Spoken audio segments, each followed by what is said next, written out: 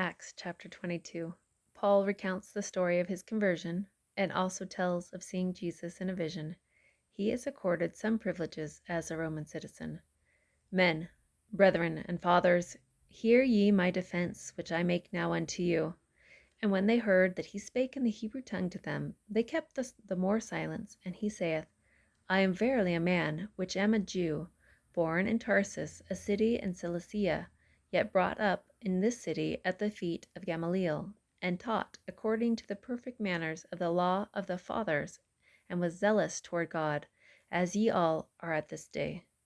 And I persecuted this way unto the death, binding and delivering into prisons both men and women, as also the high priest doth bear me witness, and all the estate of the elders, for whom also I received letters unto the brethren, and went to Damascus to bring them which were there bound unto Jerusalem for to be punished. And it came to pass that as I made my journey, and was come nigh unto Damascus about noon, suddenly there shone from heaven a great light round about me. And I fell unto the ground, and heard a voice saying unto me, Saul, Saul, why persecutest thou me? And I answered, Who art thou, Lord?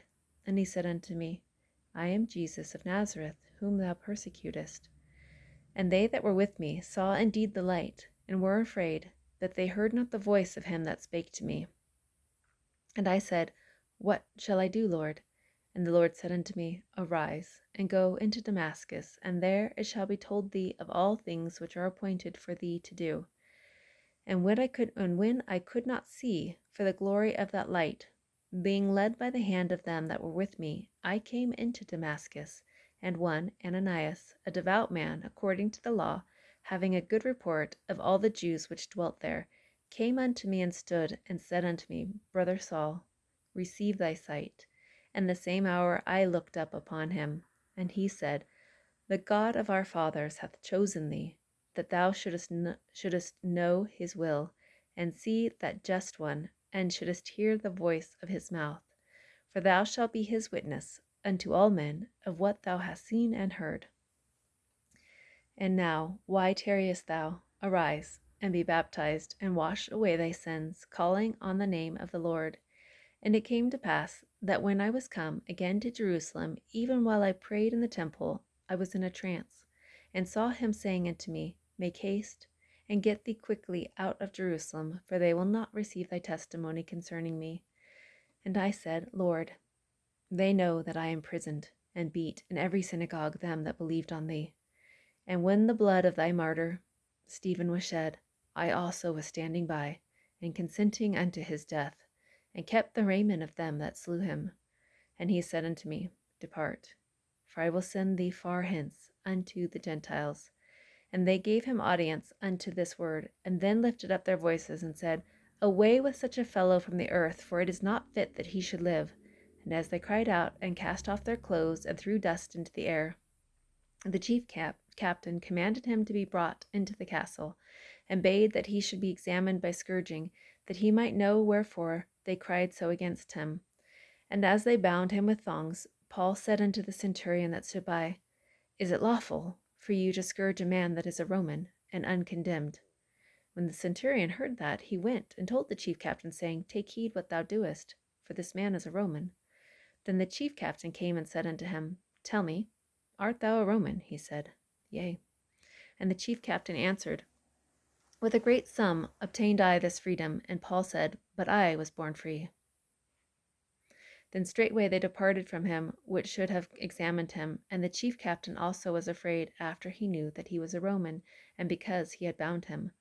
On the morrow, because he would have known the certainty wherefore he was accused of the Jews, he loosed him from his bands, and commanded the chief priests and all their council to appear, and brought Paul down, and set him before them. Chapter 23. Paul is smitten at Ananias' order. The Lord again appears to Paul. 40 Jews plot his death. He is delivered over to Felix. And Paul, earnestly beholding the council, said, Men and brethren, I have lived in all good conscience before God until this day. And the high priest Ananias commanded them that stood by him to smite him on the mouth. Then Paul said unto him, God shall smite thee, thou whited wall. For sittest thou to judge me after the law, and commandest me to be smitten contrary to the law? And they that stood by said, Revilest thou God's high priest?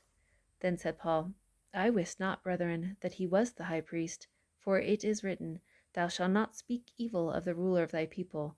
But when Paul perceived that the one part were Sadducees and the other Pharisees, he cried out in the council, Men and brethren, I am a Pharisee, the son of a Pharisee. Of the hope and resurrection of the dead I am called in question. And when he had so said, there arose a dissension between the Pharisees and the Sadducees, and the multitude was divided. For the Sadducees say that there is no resurrection, neither angel nor spirit, but the Pharisees confess both. And there arose a great cry, and the scribes that were of the Pharisees' part arose and strove, saying, We find no evil in this man, but if a spirit or an angel hath spoken to him, let us not fight against God. And when there arose a great dissension, the chief captain, fearing lest Paul should have pulled in pieces of them, commanded the soldiers to go down, and to take him by force from among them, and to bring him into the castle. And the night following, the Lord stood by him, and said, Be of good cheer, Paul, for as thou hast testified of me in Jerusalem, so must thou bear witness also at Rome. And when it was day, certain of the Jews banded together and bound themselves under a curse, saying that they would neither eat nor drink till they had killed Paul. And they were more than 40, which had made this conspiracy. And they came to the chief priests and elders and said, We have bound ourselves under a great curse, that we will eat nothing until we have slain Paul. Now therefore, ye with the council signify to the chief captain that he bring him down unto you tomorrow, as though ye would inquire something more perfectly concerning him, and we, or ever he come near, are ready to kill him. And when Paul's sister's son heard of their lying in wait, he went and entered into the castle and told Paul. Then Paul called one of the centurions unto him and said, Bring this young man unto the chief captains, for he hath a certain thing to tell him. So he took him and brought him to the chief captain and said, Paul, the prisoner, called me unto him and prayed me to bring this young man unto thee, who hath something to say unto thee. Then the chief captain took him by the hand and went with him aside privately and asked him, What is it that thou hast to tell me? And he said, The Jews have agreed to desire thee that thou wouldest bring down Paul tomorrow into the council, as though they would inquire somewhat of him more perfectly. But do not thou yield unto them, for there lie in wait for him of them more than 40 men, which have bound themselves with an oath that they will neither eat nor drink till they have killed him. And now are they ready, looking for a promise from thee. So the chief captain then let the young man depart, and charged him, See thou tell no man that thou hast showed these things to me. And he called unto him 2 centurions, saying, Make ready 200 soldiers to go to Caesarea, and horsemen 60, and spearmen 200, at the 3rd hour of the night, and provide them beasts, that they may set Paul on, and bring him safe unto Felix the governor. And he wrote a letter after this manner: Claudius Lysias, unto the most excellent governor Felix, sendeth greeting.